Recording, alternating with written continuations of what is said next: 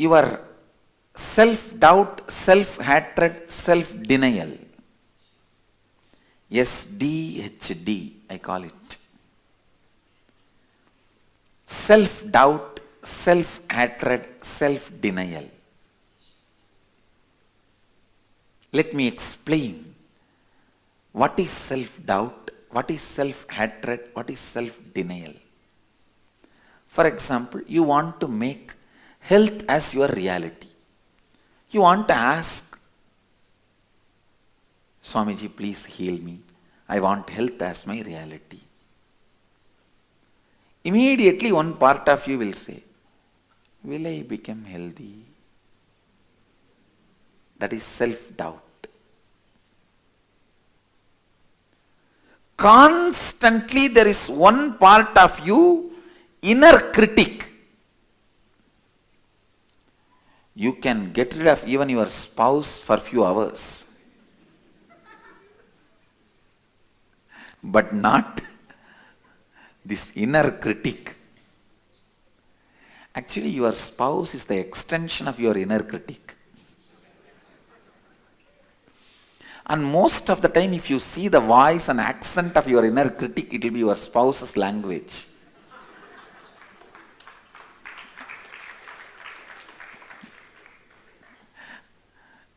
How many of you experientially understand what I am saying? Raise your hand. Relax. It's true. Others who have not raised the hand have come with their wives to the program. That is.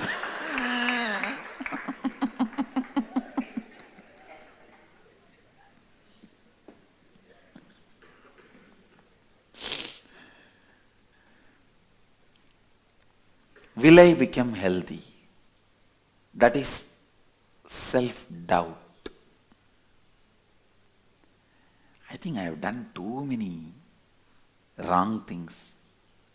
One, maybe I have done some karma, or I never maintained my health. I ate anything available which flies, walks, runs, swims. I have done so much karma. I think I am not qualified for health. These kind of the thoughts only, self-hatred. And finally, I cannot become healthy. That is what is self-denial. Please understand. I tell you, I have seen people walking out of cancers the moment they walk out of their SDHD. Self-doubt, hatred, denial.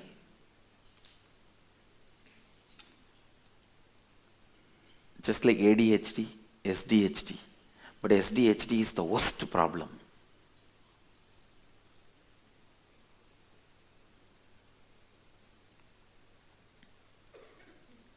When you walk out of your SDHD, you can walk out of even cancers.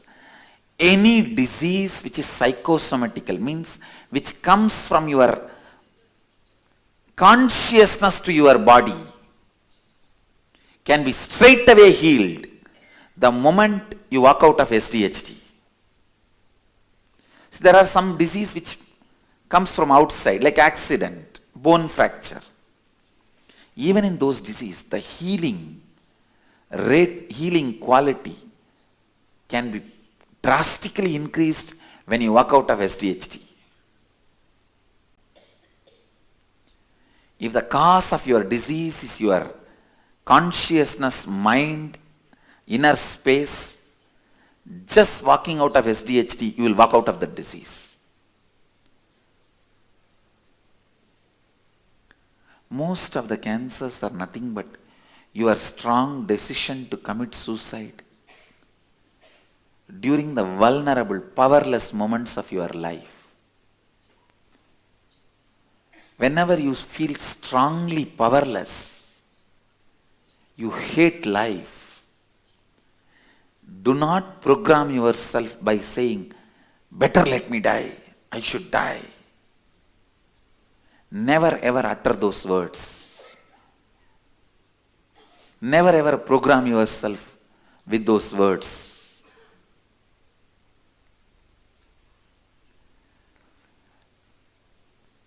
When you are in a deep sadness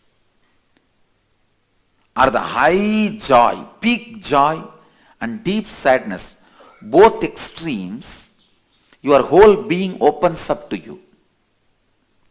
Any word you utter at those moments, it will become a programming inside you, in your biomemory. Do not utter words like, better let me die, I should not be alive, why this life? Don't utter these words. Because those words gets programmed in your biomemory and they are the root cause of cancer. Not just cancer, many of the terminal illnesses.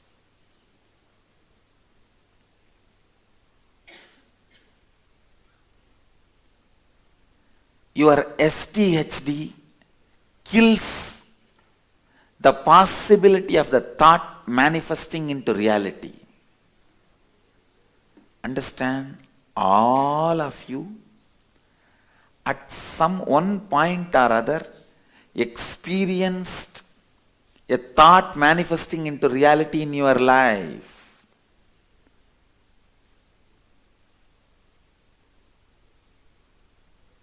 Ten years you have not seen some friend or a relative.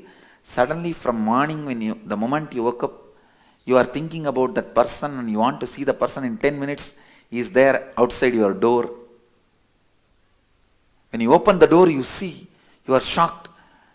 10 years I have not remembered about you. I have not seen you. From today morning I was thinking about you. You are here.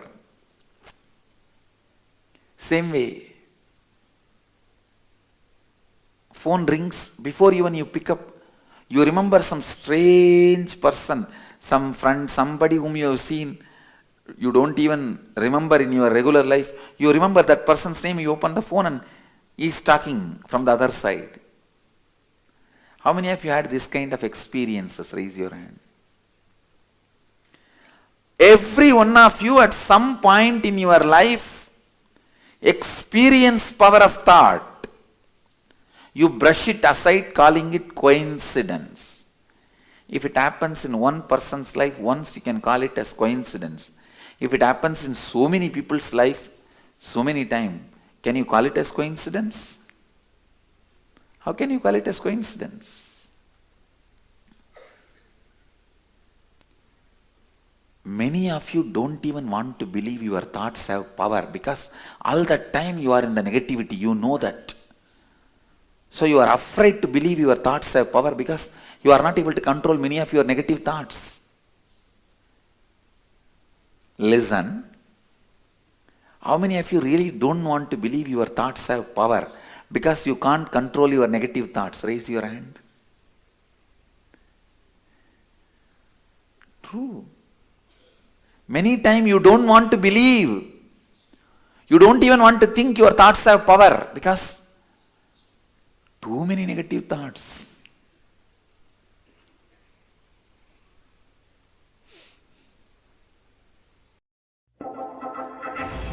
Let me show you something. Let me show you something. It's a good life. It's a good vibe. It's a good time. Yo, let me show you something. Yo, let me show you something. Yo, let me show you something. Yo, let me show you something. Let me show you something. Come seek the Royal Caribbean.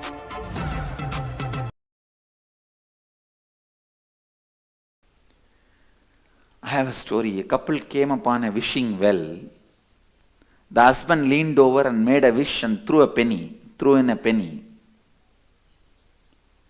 The wife made a wish too, but she leaned over too much, fell into the well and drowned. The husband was stunned for a moment, but then he smiled and said, "It really works."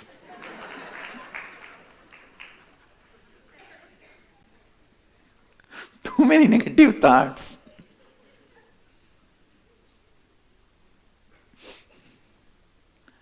Listen. Whether you want or not, accept or not, your thoughts as a power to become reality, whenever they are not killed by the SDHD, they manifest as reality. Your negative thoughts, many negative thoughts don't become reality because of your SDHD, even towards negative thoughts.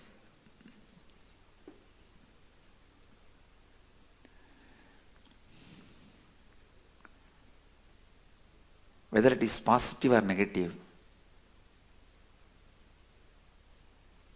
if you don't kill the thought through SDHD, it will become reality. Now,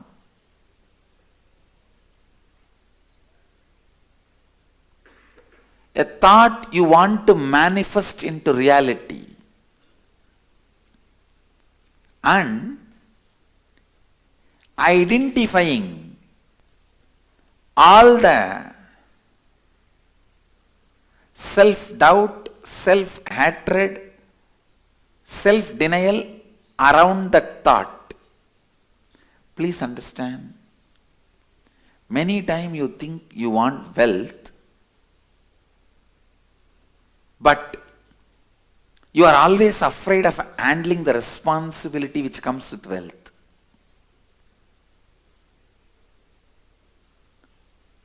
You think it will be great if somebody gives $100 million to me. But along with $100 million, huge responsibility comes. Please understand. You don't want to take the responsibility, but you want wealth. Or you carry a deep hatred towards the lifestyle and attitude of wealthy people. Please listen. I am not saying you should praise the lifestyle and attitude of wealthy people, but as long as you carry a deep down hatred towards the attitude and lifestyle of the wealthy people, you will never accumulate wealth. Even when you start making wealth, you will collapse, fail, and again you have to start from the scratch. Because anything you carry deep down as a hatred, you will not allow yourself to reach there. Listen. If somebody with wealth misbehaved with you, disrespected you, abused you, or you imagine he abused you, he disrespected you. Many times the moment your friend or relative gets the wealth, you yourself imagine he is not going to respect you, he is not going to bother about you, he is going to abuse you. You yourself come to the conclusion. And you want to prove your conclusion. You try to do something, if he doesn't bother, you come to the conclusion, see, he has become wealthy, that's why he doesn't care about me. Authentically look in and answer. How many of you have done this kind of things in your life? Raise your hand. Already coming to the conclusion.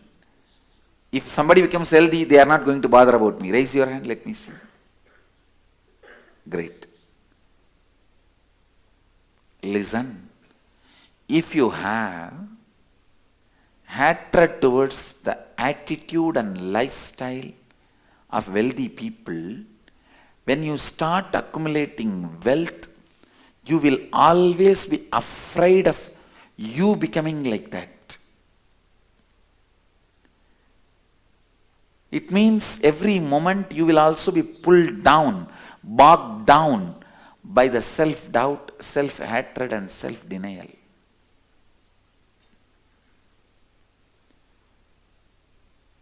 Running your life with SDHD is like running your car with the handbrakes on. With handbrakes on, without releasing it, if you drive the car, you may be able to drive for what distance? Few meters. By then your brakes will be burnt. With a lot of difficulty, that also you have to push your car. Same way, with SDHD, if you move your thoughts, your life, even if you achieve something, it will be with so much of difficulty. Whatever you achieve with your SDHD is achieved by hard work. Whatever you achieve without your SDHD is achieved by smart work.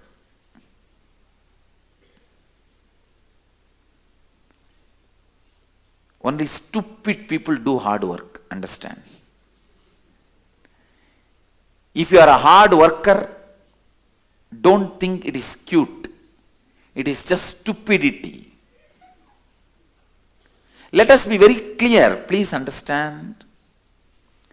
I am not disrespecting you. I am not insensitive to you. I just have to show the reality to you. Don't think hard work is cute.